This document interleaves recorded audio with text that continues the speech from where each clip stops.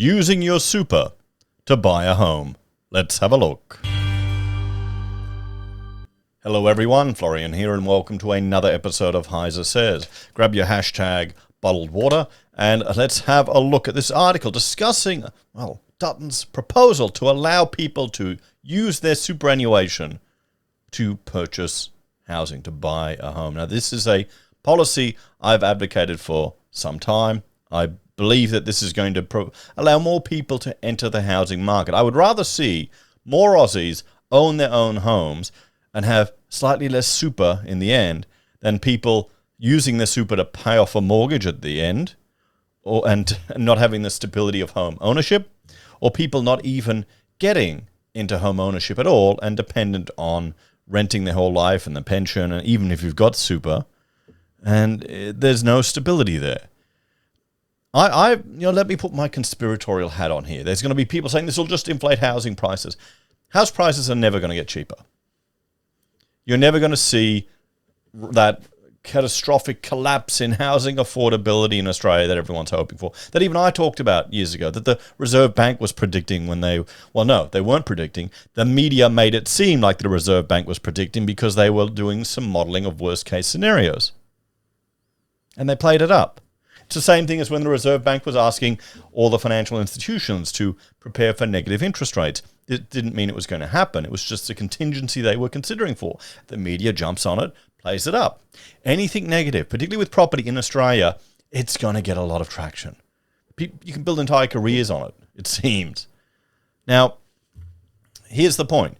Our cost of housing construction is not going anywhere. You know what? Let me look at the pillars of the housing market. We'll bring this up here and we'll go through the slides. Now, these are, the supporting mechanisms for house prices in Australia. Now, just because I frankly make the argument that house prices are not going to become crashing doesn't mean that I'm a fan of them being this high. Not at all. Don't make that mistake.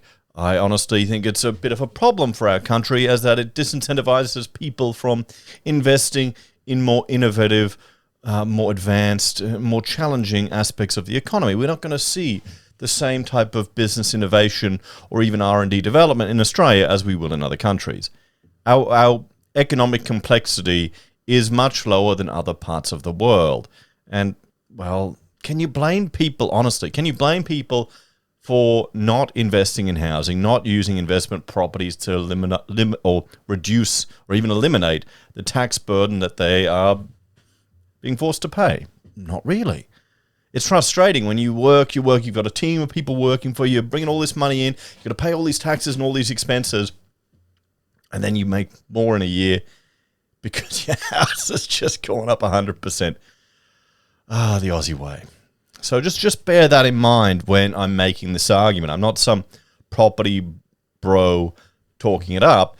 I'm just trying to understand what's going on. So one of the first pillars is we've got fewer bad loans.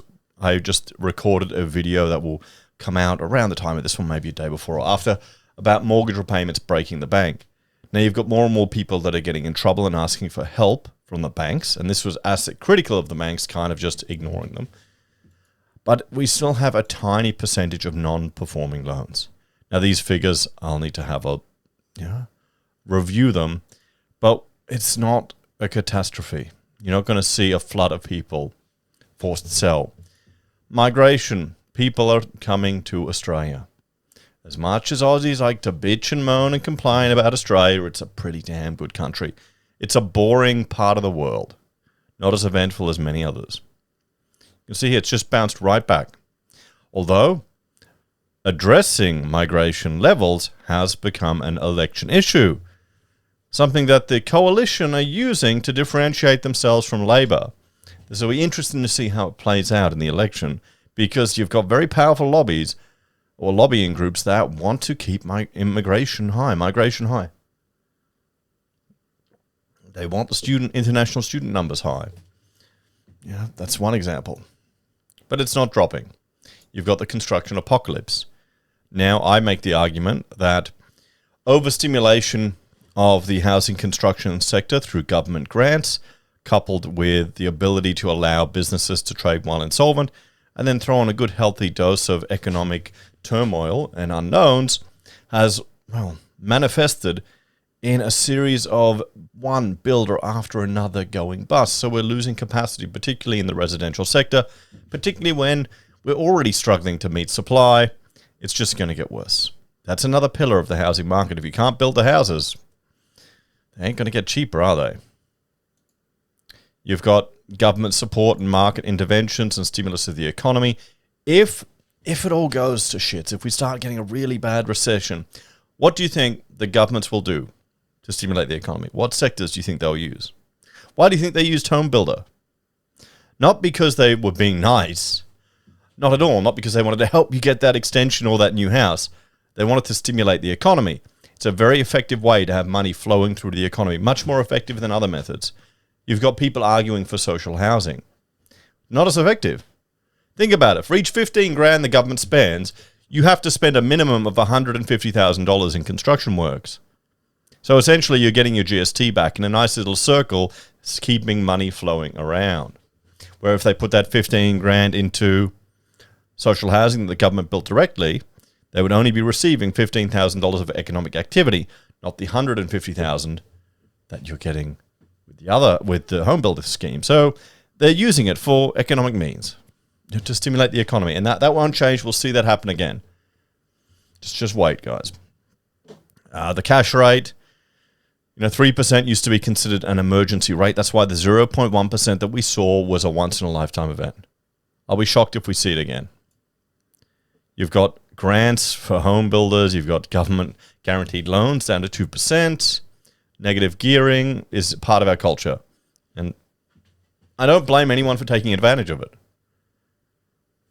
I would make the argument that we should, as a nation, we should make it a priority for individual home ownership so people can own their own home that they're living in, to have security and stability.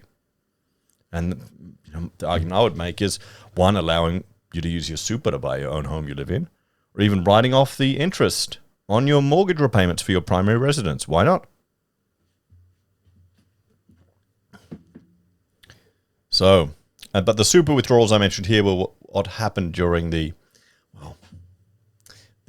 lockdown mania, when people used it to either pay off debt or to get a deposit for a house. You've got the zombie companies that kept alive with the JobKeeper, trading while insolvent provisions. They just changed the rules, which that scared me the most as a small business owner. You've got housing supply it's reducing, and it's constricted by a lot of the challenges that council put in place. And this is the type of thing that people vote for. They're not in my backyard crowd. In one sentence, they'll be complaining about housing affordability. In the second, they'll want to stop any higher density development in their neighborhood when they're in a city. It's just nuts. Market competition. 50% of Aussies live in these 3 blue areas on this map. When people say, why Australia's so big, why isn't housing more affordable? Because a lot of it's shit.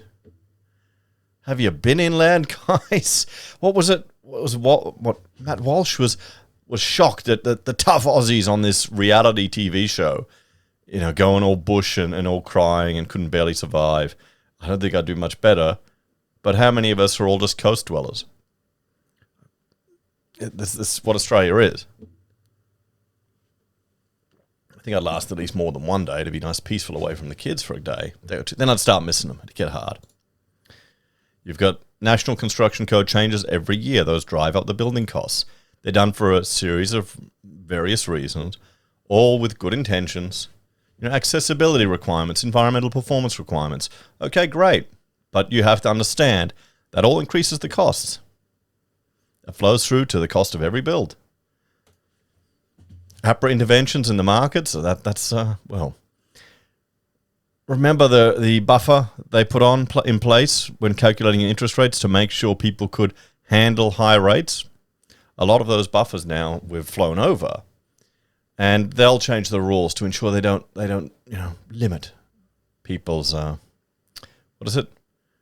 so they don't choke off credit for home loans.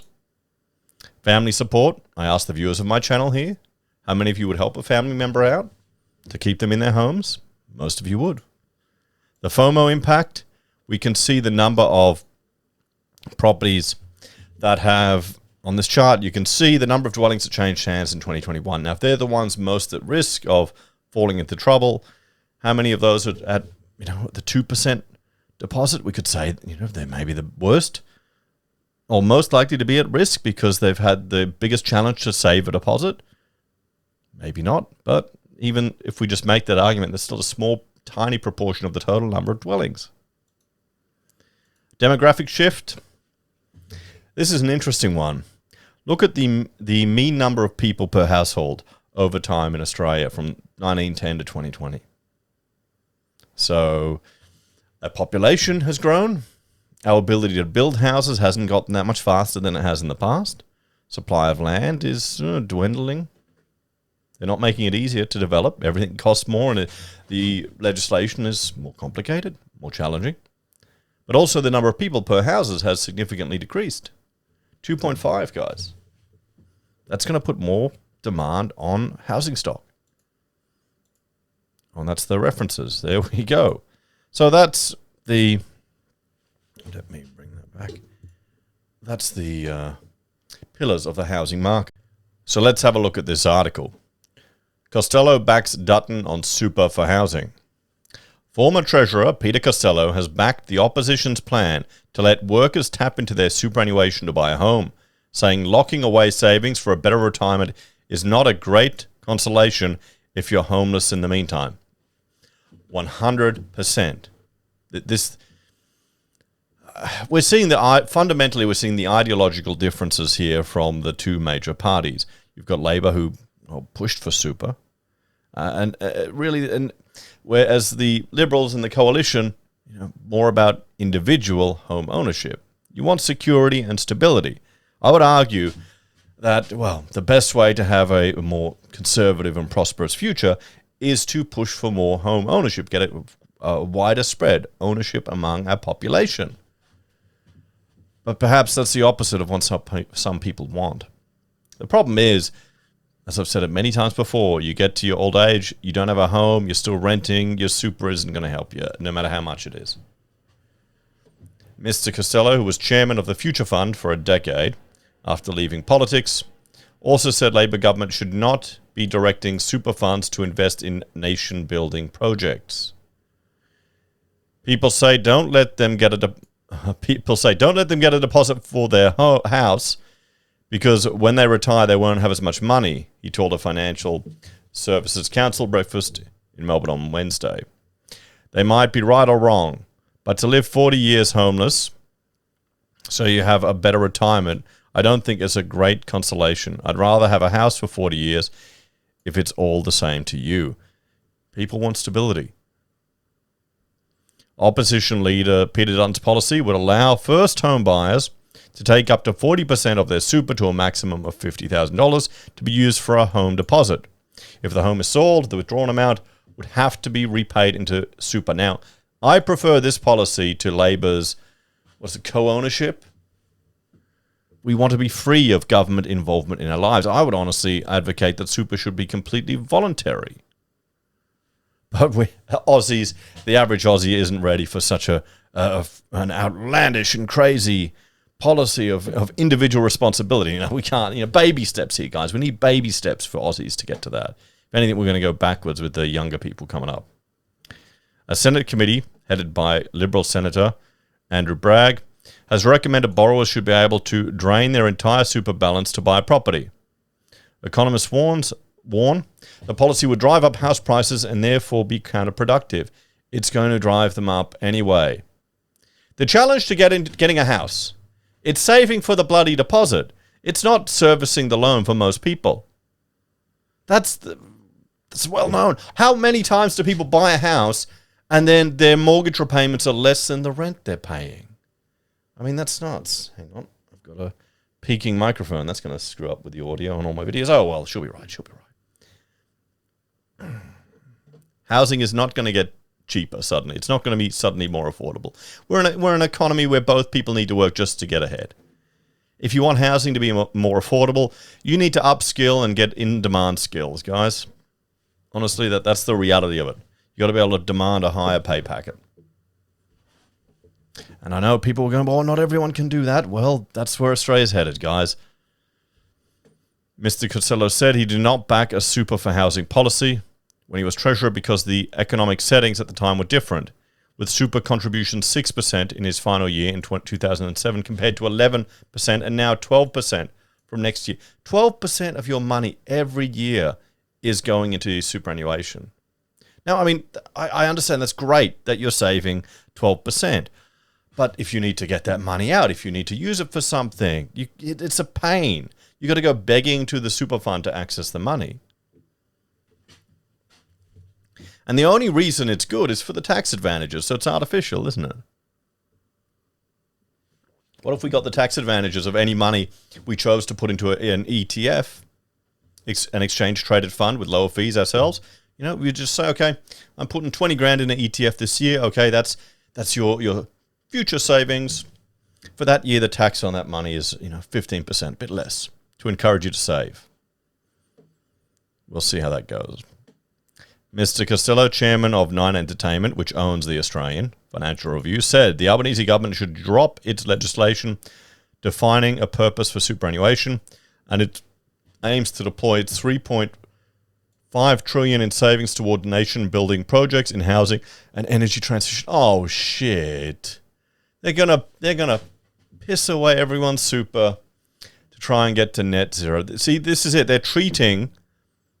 This is actually quite disgusting. They're treating your savings, that's your money that they're forcing you to lock away, as their little biggie bank for their ideological purposes.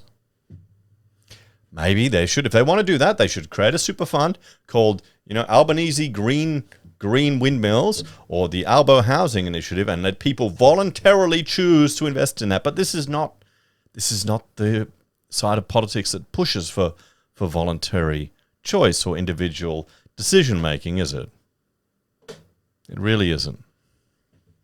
He said it should be legislated that superannuation belong to members, and the sole objective of funds should be to achieve the best returns on investments. Like a company. The truth is, if these are good investments, people will invest in them, Mr. Costello said. Once I hear the government say, even though you don't want to invest for the return, you've got to do it, that tells me this is not a market investment. The way people talk about these things, you'd think the super funds or the government had invented the money. I get worried when I hear people saying superannuation should do this or that. It's the people who should decide what it does are the people who own it. Yes. Well, let's have a bit of a chat about this topic, everyone. So, as I've said many times, I think this is a fantastic idea. At least it's a step in the right direction. I remember a lady I went to university with. Her parents had a family super fund where her money went into.